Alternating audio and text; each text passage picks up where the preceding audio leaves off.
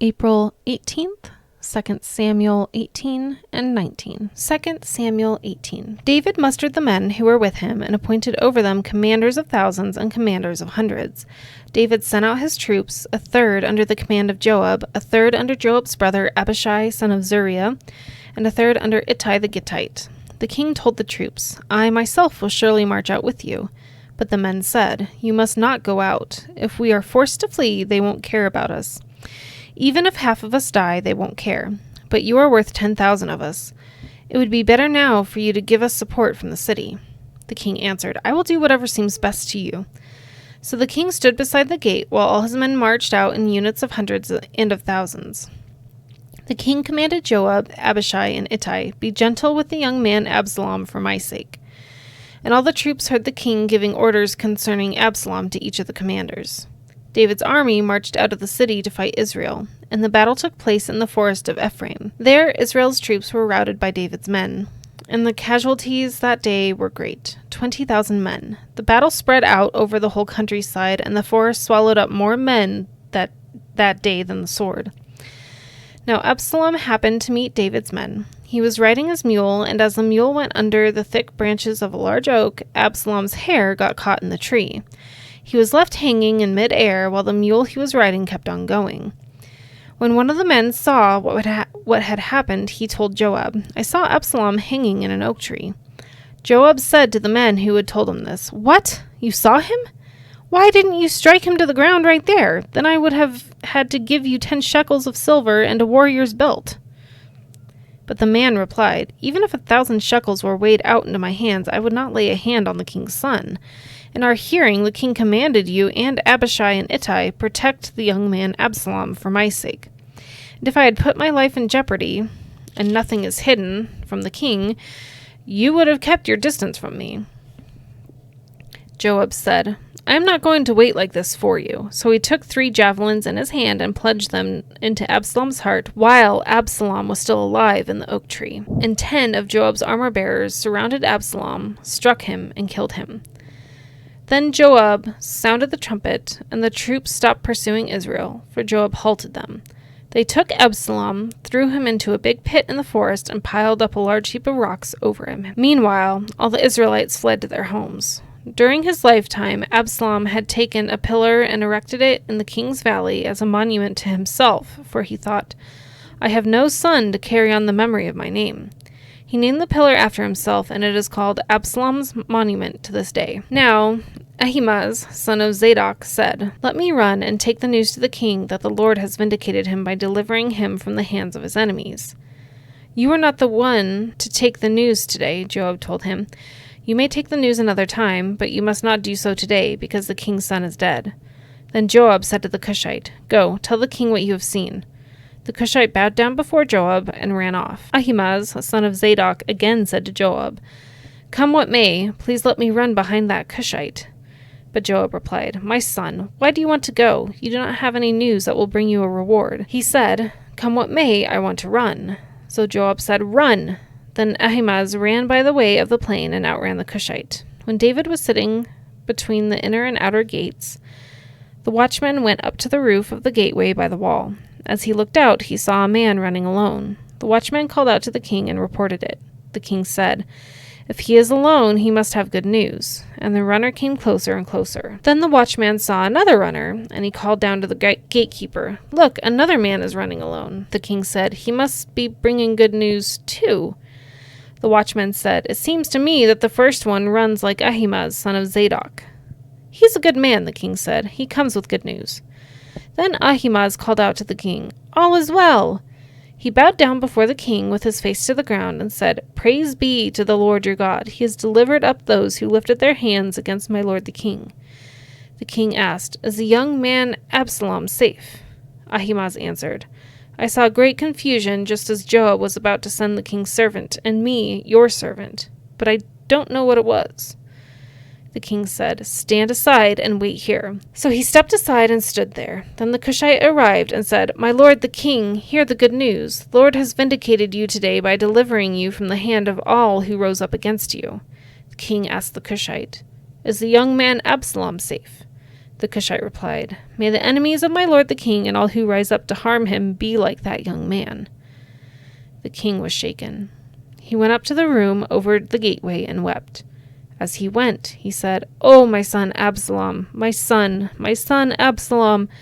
If only I had died instead of you! Oh, Absalom, my son, my son!" 2 Samuel 19. Joab was told, "The king is weeping and mourning for Absalom." And for the whole army, the victory that day was turned into mourning, because on that day the troops heard it said, "The king is grieving for his son." The men stole into the city that day as men steal in who are ashamed when they flee from battle. The king covered his face and cried aloud, "Oh, my son Absalom! Oh, Absalom, my son, my son!" Then Joab went into the house to the king and said, "Today you have humiliated all your men, who have just saved your life and the lives of your sons and daughters and the lives of your wives and concubines. You love those who hate you and hate those who love you. You have made it clear today that the commanders and their men mean nothing to you. I see that you would be pleased if Absalom were alive today and all of us were dead. Now go out and encourage your men. I swear by the Lord that if you don't go out, not a man will be left with you by nightfall. This will be worse for you than all the calamities that have come on you from your youth till now." So the king got up and took his seat in the gateway. When the men were told, "The king is sitting in the gateway," they all came before him. Meanwhile, the Israelites had fled to their homes. Throughout the tribes of Israel, all the people were arguing among themselves, saying, "The king delivered us from the hand of our enemies. He is the one who rescued us from the hand of the Philistines, but now he has fled the country to escape from Absalom. And Absalom, whom we anointed to rule over us, has died in battle. So why do you say nothing about bringing the king back?" King David sent this message to Zadok and Abiathar, the priests. "Ask the elders of Judah, why would you be the last thing to bring the king back to his palace, since what is being said throughout Israel has reached the king at his quarters? You are my relatives, my own flesh and blood. So why should you be the last to bring back the king?" And say to Amasa, "Are you not my own flesh and blood? May God deal with me, be it ever so severely, if you are not the commander of my army for life in place of Joab." He went over the hearts of the men of Judah, so that they were all of one mind. They sent word to the king, "Return, you and all your men." Then the king returned and went as far as the Jordan. Now the men of Judah came to Gilgal to go out and meet the king and bring him across the Jordan. Shimei, son of Gera, the Benjamite from Bahurim, hurried down with the men of Judah to meet King David. With him were 1,000 Benjamites, along with Ziba, the steward of Saul's household, and his 15 sons and 20 servants. They rushed to the Jordan, where the king was. They crossed at the ford to take the king's household over and to do whatever he wished. When Shimei, son of Gera, crossed the Jordan, he fell prostrate before the king and said to him, "May my lord not hold me guilty. Do not remember how your servant did wrong on the day my lord the king left Jerusalem. May the king put it out of his mind, for I, your servant, know that I have sinned. But today I have come here as the first from the tribes of Joseph, to come down and meet my lord the king." Then Abishai, son of Zeruiah, said, "Shouldn't Shimei be put to death for this? He cursed the Lord's anointed." David replied, "What does this have to do with you, you sons of Zeruiah? What right do you have to interfere? Should anyone be put to death in Israel today? Don't I know that today I am king over Israel?" So the king said to Shimei, "You shall not die." And the king promised him an oath. Mephibosheth, Saul's grandson, also went down to meet the king. He had not taken care of his feet, or trimmed his mustache, or washed his clothes from the day the king left until the day he returned to safety. When he came from Jerusalem to meet the king asked him, "Why didn't you go with Mephibosheth?" He said, "My lord the king, since I your servant am lame, I said, I will have my donkey saddled, and will ride on it, so I can go with the king. But Ziba my servant betrayed me, and he has slandered your servant to my lord the king. My lord the king is like an angel of God, so do whatever you wish. All my grandfather's descendants deserved nothing but death from my lord the king, but you gave your servant a place among those who eat at your table. So what right do I have to make any more appeals to the king? The king said to him, Why say more? I order you and Ziba to divide the land. Mephibosheth said to the king, Let him take everything, now that my lord the king has returned home safely.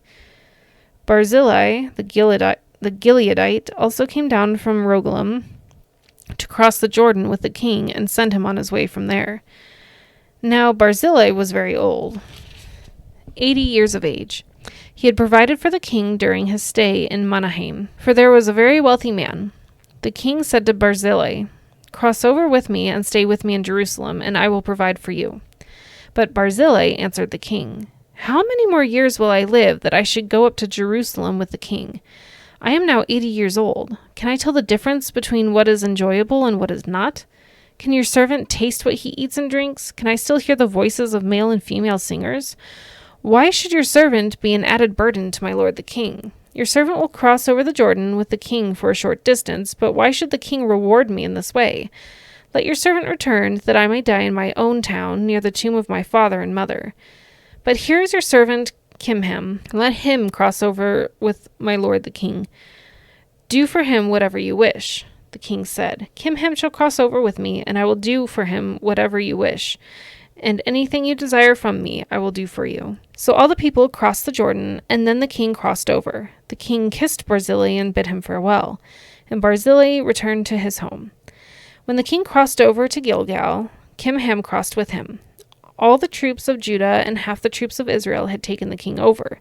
Soon all the men of Israel were coming to the king and saying to him, Why did our brothers, the men of Judah, steal the king away and bring him and his household across the Jordan together with all his men? All the men of Judah answered the men of Israel, We did this because the king is closely related to us. Why are you angry about it? Have we eaten any of the king's provisions? Have we taken anything for ourselves? Then the men of Israel answered the men of Judah, We have 10 shares in the king, so we have a greater claim on David than you have. Why then do you treat us with contempt? Weren't we the first to speak of bringing back our king? But the men of Judah pressed their claims even more forcefully than the men of Israel.